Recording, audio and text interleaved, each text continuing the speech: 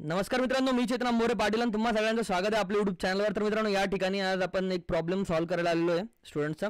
तर सगळ्यांना एक मेसेज येतोय हल्ली, तर तो नेमका कुठल्या प्रकारचा आहे तर त्या संदर्भात अचानकच विद्यार्थ्यांनी काय काल सबमिट केलेले होते।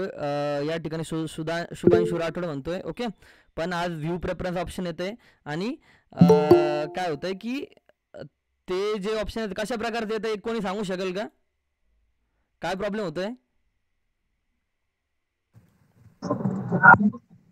दादा काल प्रेफरन्स टाकले पण सीईटी सेलवरनं परत मेसेज आलाय की बाबा तुमचे प्रेफरन्स परत सेंड करा। परत प्रेफरन्स सेंड करा असं सांगताय ना? तर ठीक आहे, हो आपण सी टी सेल सोबत त्या संदर्भात संपर्क साधला होता। तर हा वरून साईडचा ग्लिच आहे। ज्या विद्यार्थ्यांनी नवीन प्रेफरन्स टाकलेले आहेत त्यांना सुद्धा हा प्रॉब्लेम येतोय। काहींचे टाकायचे बाकी आहे, त्याच्यामुळे त्यांना सुद्धा हा सेम प्रॉब्लेम येतोय। तर त्यासाठी लवकरात लवकर सी टी सेल आपण कॉन्टॅक्ट केला, ते बोलले की अर्धा एक पाऊण तासात वरून साईडचा क्लिच झाला आहे, तर ते सॉल्व करतील। म्हणजे आपण कॉन्टॅक्ट केला होता सी ई टी सेलच्या ग्रुपवर, सगळ्यांनी टाकलेले जे मॅनेजमेंट ऑथॉरिटी असते त्यांनी। सो त्यांनी सांगितलं की आपल्याला पुढच्या पाऊण तासामध्ये हा प्रॉब्लेम सॉल्व झालेला दिसेल।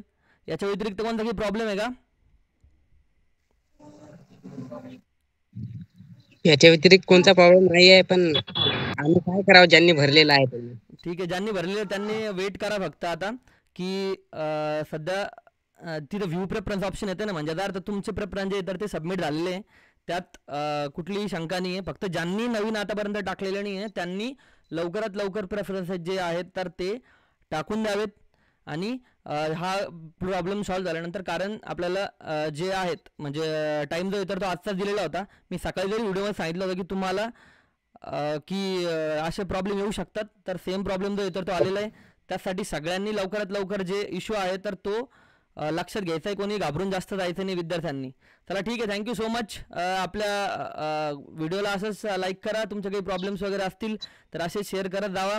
आणि आपल्या काउन्सिलिंगचे जे विद्यार्थी आहेत त्यांनी सुद्धा ही गोष्ट लक्षात घ्यायची आहे, जे काउन्सिलिंगला नाही आहे, जे स्टुडंटला हा प्रॉब्लेम येतोय तर त्यांनी सुद्धा हा विषय जो आहे तो लक्षात घ्यायचा आहे। थँक्यू सो मच, धन्यवाद। हा व्हिडिओ जास्तीत जास्त मित्रांसोबत शेअर करायला विसरू नका।